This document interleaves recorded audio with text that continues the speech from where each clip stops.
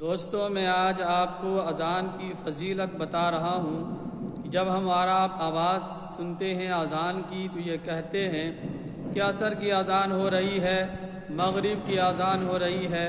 حضرات محترم، ان کلمات کے آپ ترجمہ کو سماعت کریں تو آپ کو پتہ چلے گا اللہ اکبر اللہ اکبر، یعنی اللہ بہت بڑا ہے، اللہ بہت بڑا ہے۔ کس سے کہا جاتا ہے؟ یعنی پورب والے سن لے اللہ بہت بڑا ہے، پچھم والے سن لے اللہ بہت بڑا ہے۔ پھر کہا جاتا ہے اللہ اکبر اللہ اکبر۔ اے اتر والے سن لے اللہ بہت بڑا ہے، اے دکھن والے سن لے اللہ بہت بڑا ہے۔ پھر کہا جاتا ہے اشہد اللہ الہ الا اللہ، میں گواہی دیتا ہوں کہ اللہ کے سوا کوئی معبود نہیں۔ یہ دو کلمات کہے جاتے ہیں دو مرتبہ، اشہد اللہ الہ الا اللہ، میں گواہی دیتا ہوں کہ یعنی اللہ کے سوا کوئی معبود نہیں۔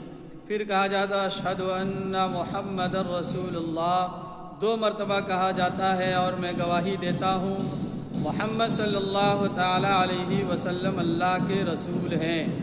اور پھر کہا جاتا ہے حی علی الصلاۃ، حی علی الصلاۃ، دو مرتبہ، آؤ نماز کی طرف، آؤ نماز کی طرف، حی علی الفلاح، حی علی الفلاح، آؤ کامیابی کی طرف، آؤ کامیابی کی طرف۔ اس کے بعد پھر دو مرتبہ کہا جاتا ہے اللہ اکبر اللہ اکبر، یعنی آسمان والے سن لے اللہ بہت بڑا ہے، اے زمین والے سن لے اللہ بہت بڑا ہے۔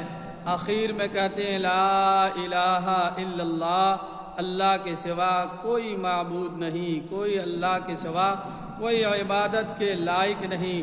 تو حضرات محترم، یہ آواز آسمانوں والوں کے لیے بھی ہے، زمین والوں کے لیے بھی ہے، پورب والوں کے لیے بھی ہے، اتر والوں کے لیے بھی ہے، دکھن والوں کے لیے بھی ہے، پچھم والوں کے لیے بھی ہے، آسمان والوں کے لیے بھی ہے، زمین والوں کی سے بھی آواز دی جاتی ہے کہ آؤ اللہ سب سے بڑا ہے، اللہ بہت بڑا ہے، ان کے طرف بلایا جاتا ہے۔ لیکن آج ہم اور آپ سوچتے ہیں کہ یہ آواز صرف نمازیوں کے لیے دی جاتی ہے، یہ آواز صرف حاجیوں کے لیے دی جاتی ہے، یہ آواز صرف مولویوں کے لیے دی جاتی ہے۔